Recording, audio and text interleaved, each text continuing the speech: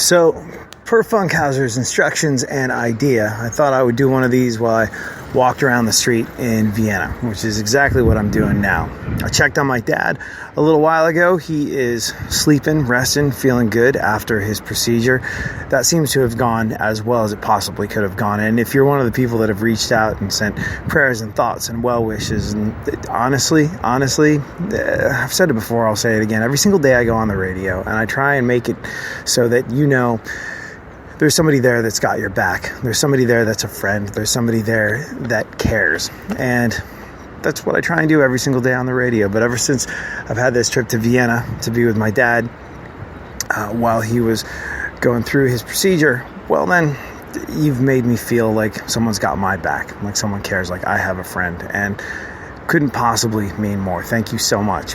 But anyways, I'm here on the street in Vienna, actually walking along the canal and taking in some of the graffiti around here. There's a lot of graffiti in this town. A lot of it seems to be state sanctioned. As a kid that spent a good portion of his youth running from cops after having scrawled on pieces of public property, it kind of inspires me. But as I can't really look into the legalities of it, I'm not so sure about getting myself a can of Krylon and going to town on a piece of wall around here.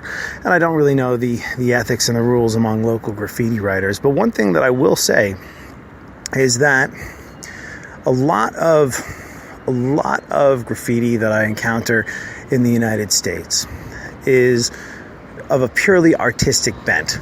People, I think, get into graffiti for one of two reasons. I think people get into graffiti because, well, there's that idea of claiming territory. You want to be up in more places in your city than anybody else.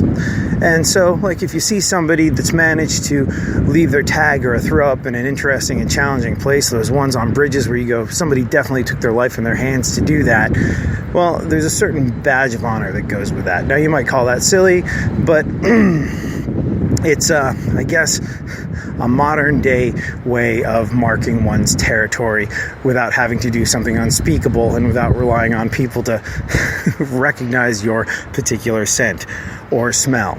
So there's that reason for doing graffiti. And then the other one is a purely artistic one. Hey, I happen to be able to create incredible works of art with a can of Krylon and a moving surface. So I'm going to show that to the world. And that's the other reason one sort of gets into graffiti in that way. And those both have their own merits, I suppose. But something that I've noticed around here, and I'll post some pictures to Instagram and Twitter and Facebook and all that. But something that I've noticed around here is that the vast majority of the graffiti that I've encountered around these parts has a political message.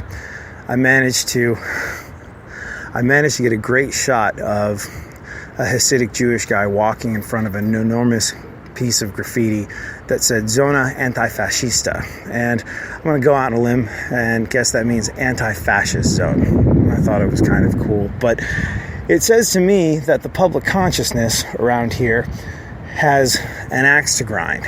And, well, I don't know if it's because graffiti is legalized here or whether it's easier to get this sort of thing done here, but there seems to be a distinctly political bent to the expression people find with a can of Krylon and a public surface around these parts. It's interesting stuff, and it speaks to a state of mind that I think, well, there's a little bit of in America, there's a little bit of in Austria, there's a little bit all over the world.